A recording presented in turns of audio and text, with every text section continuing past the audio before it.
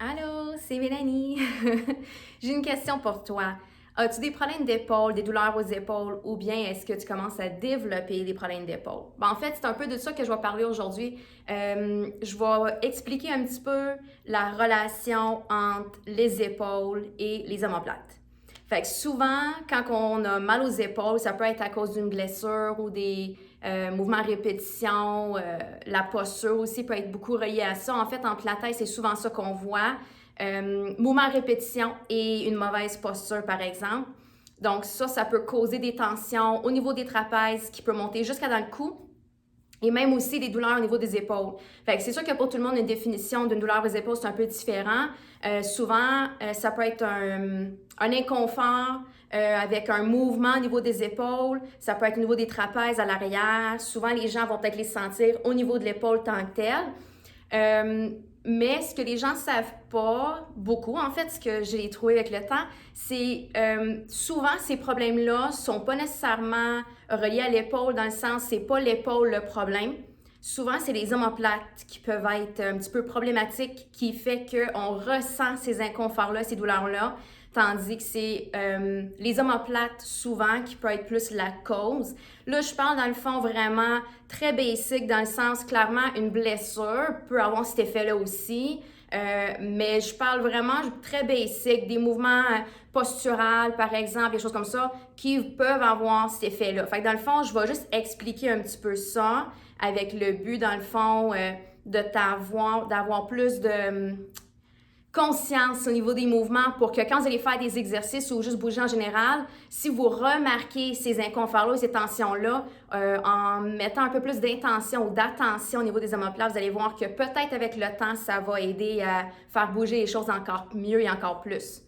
Fait que dans le fond, pour commencer, comme j'ai dit au départ, des blessures, on met ça un peu plus de côté. On va vraiment viser plus des moments de répétition et la posture. On a beaucoup de choses à la vie qui se passent devant. Donc, plein d'exemples. Cuisiner, conduire, écrire, être à l'ordi, beaucoup de ce temps-ci, ça n'est une.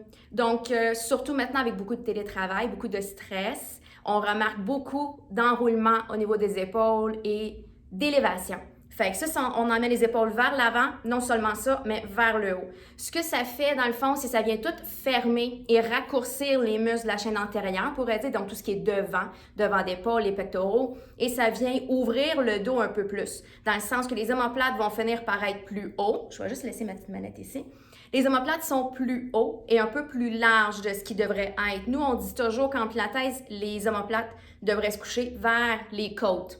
Drôle de façon de le dire, mais on veut mettre les omoplates vers le bas, dans une position qu'on appellerait neutre, mais encore une fois, à cause de la posture ou bien des mouvements par en avant, répétitifs, ça fait que les omoplates vont se trouver dans une position qui est peut-être pas l'idéal. Donc ça fait que ça va créer une faiblesse avec la musculature autour des omoplates. Donc les rhomboïdes et le bas de l'omoplate et tout ça. Donc à ce moment-là, ce que ça fait, c'est quand que le temps arrive où on veut faire un mouvement de bras. Peu importe c'est quoi, lever de côté ou juste tourner, aller chercher quelque chose derrière, on va se trouver à avoir des douleurs ou un empêchement à faire le mouvement. Et on se dit, on essaie de bouger notre épaule, donc c'est l'épaule le problème si je réussis pas ou je me sens pognée ou empêchée à faire le mouvement. Mais en fait, souvent, un marche avec l'autre, dans le sens, si on veut lever le bras et on réussit, exemple, à lever à un certain point, et là, l'omoplate est vers le haut et soulevé et un peu en ouverture, et on veut lever, bien, quand ça va être le temps à un certain point d'aller un peu plus haut, si on ne sait pas comment descendre l'omoplate vers le bas, il va s'empêcher, mettons, ici. Et là, si on veut lever plus haut, bien, l'omoplate et l'épaule vont suivre vers le haut. Et là, on commence à développer, comment dire, a bad movement pattern. Donc, un enchaînement de mouvements pas idéal, je sais pas. Dans le fond, c'est pas ce qu'on aimerait faire avec le bras. Fait qu'on commence à développer des mauvaises habitudes. Peut-être que ça, c'est une meilleure façon de le dire. Donc, à ce moment-là, ça devient problématique. Si on fait ça un peu, un certain temps, ça pourrait être quand même correct, mais à la longue, éventuellement, dépendamment de ce qu'on fait, ça peut développer des problèmes autour des épaules et ça peut même avoir un effet dans le cou, le haut du dos. Fait qu'à ce moment-là, ce qu'on essaie de faire, on essaie de remettre les deux un avec l'autre, dans le sens, si on veut lever le bras, bien, si le bras va lever, l'omoplate va devoir descendre vers le bas pour permettre ce mouvement-là. Fait qu'il faut être capable de descendre les omoplates. Donc, les omoplates peuvent lever, ouvrir, rentrer, descendre, donc en ou en bas, out and in. Mais ce qui manque souvent, c'est les rotations au niveau des omoplates. Ça, c'est vraiment ce qui est le plus important. Puis quand on bouge nos bras, il faut laisser les omoplates bouger aussi. Fait que oui, les épaules et les omoplates devraient être capables d'être forts et stables. Toutes les parties du corps, dans le fond, devraient être flexibles, mobiles et avoir la capacité d'être stables aussi. Donc, on devrait être capable de faire des mouvements en stabilité au niveau des épaules et des omoplates, mais encore, il faut aussi avoir un peu de mobilité et flexibilité. Alors moi, ce que je dis dans le fond, c'est j'essaie juste de dire que les deux marchent ensemble. Fait que si on bouge les épaules, il faut avoir un peu de mobilité au niveau des omoplates. Fait que si jamais tu trouves que tu as un petit manque de ça, on peut toujours aller chercher plus d'ouverture et d'étirement en avant et d'aller travailler un peu plus en arrière. Mais plus que ça, il faut apprendre aussi à bien laisser bouger les omoplates. Donc, surtout, les descendre, les laisser ouvrir. Il ne faut jamais les empêcher ou penser que bouger le bras, on est stable dans le haut du dos. Il faut toujours laisser les choses bouger quand c'est le temps de bouger. De toute façon, vous allez voir sur la plateforme, on va faire des vidéos justement sur ce sujet-là pour donner plus d'exercices, plus de points. On va expliquer un peu plus détaillé toutes ces choses-là. Mais ce que vous pouvez faire pour commencer, faire un test un peu de ça, c'est si, mettons, vous mettez vos deux bras vers l'avant, vous pouvez regarder dans le miroir. Ce serait peut-être l'idéal dans le miroir de voir, parce que des fois, on ne sent pas ce qui se passe. Si les bras sont devant et on essaie de lever, la seconde que tu remarques une élévation dans les épaules en levant les bras, ça signale déjà que tu es rendu à ta limite.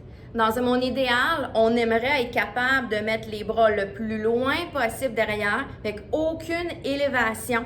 Fait que pour ça, les omoplates doivent bien descendre et ouvrir pour permettre ce mouvement-là. Ça, c'est juste un exemple de mouvement, mais ça, c'est le début, parce que dans le fond, si on veut aller chercher quelque chose loin derrière, ça prend un peu de ça pour pouvoir aller faire d'autres choses. Fait que ça, c'est un exemple de mouvement et d'amplitude de mouvement qu'on aimerait être capable de faire, mais ça va aller chercher d'autres choses aussi. Autant qu'on aimerait être capable d'aller chercher une belle rotation, exemple externe au niveau de l'épaule, mais encore une fois, si l'omoplate ne bouge pas, vous allez voir un empêchement ou un blocage.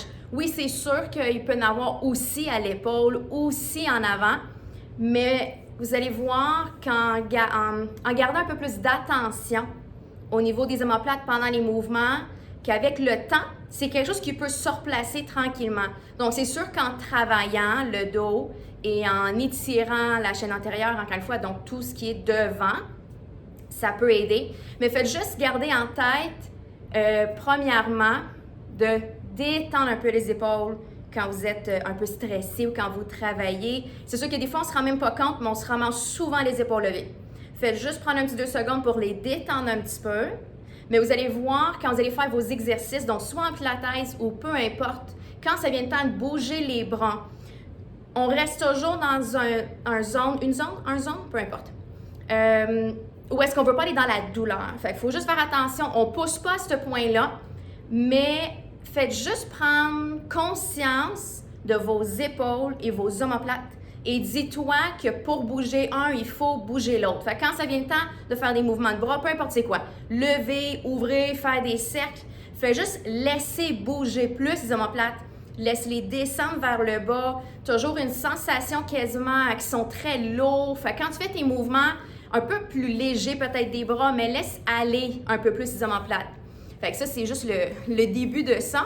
Mais comme j'ai dit, de toute façon, vous allez voir sur la plateforme, on va faire des vidéos justement pour des exercices un peu plus précis pour ça. Donc, des exercices de renforcement de dos, des exercices qu'on peut fortement suggérer pour étirer, ouvrir en avant, pour aider à rendre là un peu plus vite et replacer les choses un peu plus. Et même, on va expliquer un peu plus comment sentir tout ça pour voir si ça c'est quelque chose que tu as besoin. Mais dans le fond, tout ça pour dire, il y a une grande et une bonne relation entre les épaules et les omoplates. Donc, même si tu n'as pas de problème d'épaule, gardez ça en tête tout le temps que quand vous allez faire bouger les bras, le haut du corps, il y a du mouvement au niveau des omoplates. Fait qu'on ne veut pas les empêcher de bouger, on veut tous bouger ensemble, avoir un peu plus de fluidité.